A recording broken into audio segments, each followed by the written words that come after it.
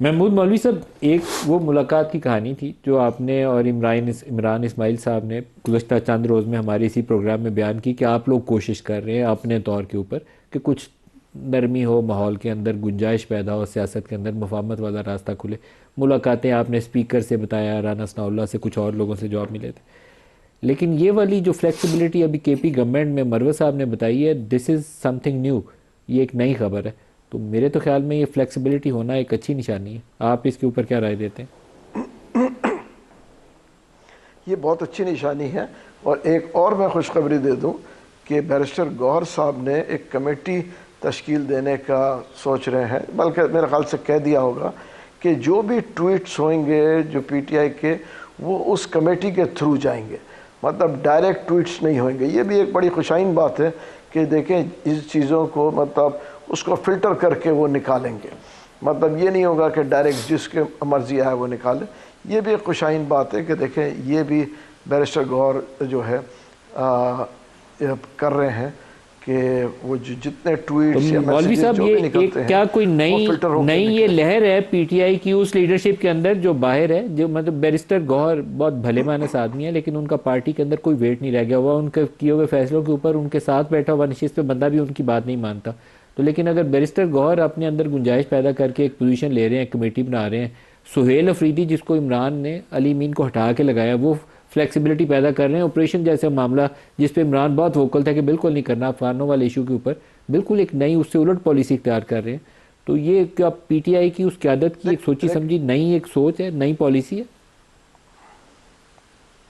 دیکھیں بالکل جیسے میرے دوست مروت صاحب کہہ رہے تھے نا، بہت سی چیزیں ابھی چینجز کی طرف جا رہے ہیں. کیونکہ میں جو دیکھ رہا ہوں، میں الگ اپنی نظر سے دیکھ رہا ہوں کہ دیکھیں یہ لوگ ریئلائز کر رہے ہیں کہ یہ جو تصادم کی سیاست ہے نا اور وائلنس کی سیاست کو میرے خیال سے خیر بات کہیں گے اور مفاہمت کی سیاست کی طرف آئیں گے.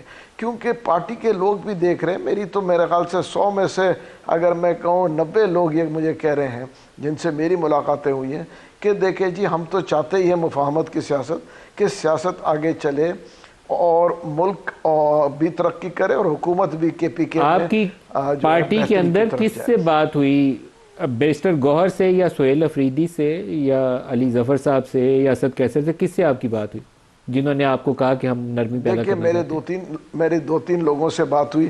میں اس وقت نام نہیں لینا چاہتا ہوں تاکہ ان کو کنٹروورشل نہ کروں، ٹھیک ہے نا. اس کی وجہ ہے کہ پھر دیکھیں نا وہ آپس میں جو ہے، مگر جو ہے جو میرے مروت صاحب کہہ رہے ہیں آپ کو بھی اس سے اندازہ ہو رہا ہے اور یہ آپ کو جو چیزیں نظر آ رہی ہیں نا، دیکھیں لوگ بہتری کے طرف جا رہے ہیں. اور ہم جو کوشش کر رہے ہیں، ہم کوشش جو کر رہے ہیں، اب بھی ہم کوشش کر رہے ہیں کہ ریلیف اور ریلیز میں فرق ہے. ہم بات کر رہے ہیں ریلیف ملنے کی خان صاحب کو، اور جو ہے ان کو ریلیز کی جو ہم بات کر رہے ہیں وہ جو ہے جو کہ لاہور میں کوٹ لکھپت میں ہے، ان کی ہم ریلیز کی بات کر رہے ہیں. اس کی وجہ یہ کہ وہ ضمانتوں کے وجہ سے رکے ہوئے ہیں، کسی کی 6 ضمانتیں ہو گئی ہیں، کسی کی، ان کی ہم بات کر رہے ہیں کہ ریلیز کی. اور جہاں تک دیکھیں یہ سب کوٹوں سے ہی ہوگا، کوئی قلم کے ذریعے تو کوئی کرے گا نہیں. تو یہ پروسیجرز کو دیکھ رہے ہیں کہ مولوی صاحب، جتنی لیکن آپ کی ان مطلب اس کو کوششوں سے جو ہے شاہ محمود قریشی کو تو شاید ہو سکتا ہے ریلیز کر دیا جائے کیونکہ ان کے اوپر کافی ضمانتیں ہو چکی ہیں، لیکن عمران خان کے معاملے میں وہ ریلیف ابھی کہیں ہے نہیں ہے، قریب نہیں ہے. دیکھیں میں نے عمران خان صاحب کے لیے ریلیف کا کہا، ریلیز کا نہیں کہا. تھوڑا سا ایک لفظ کا فرق ہے ریلیف اور ریلیز میں. ریلیز کیونکہ عمران خان صاحب کے لیے تو ریلیف چاہیے نا، ریلیز کی تو بات ہی نہیں کر رہے اس وقت، کیونکہ اس کی کیا وجہ شاہ یہ ہے محمود ریلیز ہو کہ جائیں گے؟ ان کا جو ہے بیسیکلی ورڈکٹ آ چکا ہے. اب اس کو چیلنج کرنا پڑے گا. یہ جو ہے یہ چیلنج ہوگا سپریم کورٹ میں، اس کے بعد یہ کورٹ کے تھرو ہوگا نا، کیونکہ ایک ورڈکٹ دے چکے ہیں. جب ورڈکٹ آ چکا ہائی کورٹ سے تو اب یہ ریلیز جو ہوگا وہ تو سپریم کورٹ میں جائے گا، اس میں تو ٹائم لگے گا. تو اس وقت جو ہے ہمیں ریلیف چاہیے خان صاحب کے لیے اور ریلیز چاہیے دوسرے لوگوں کے لیے.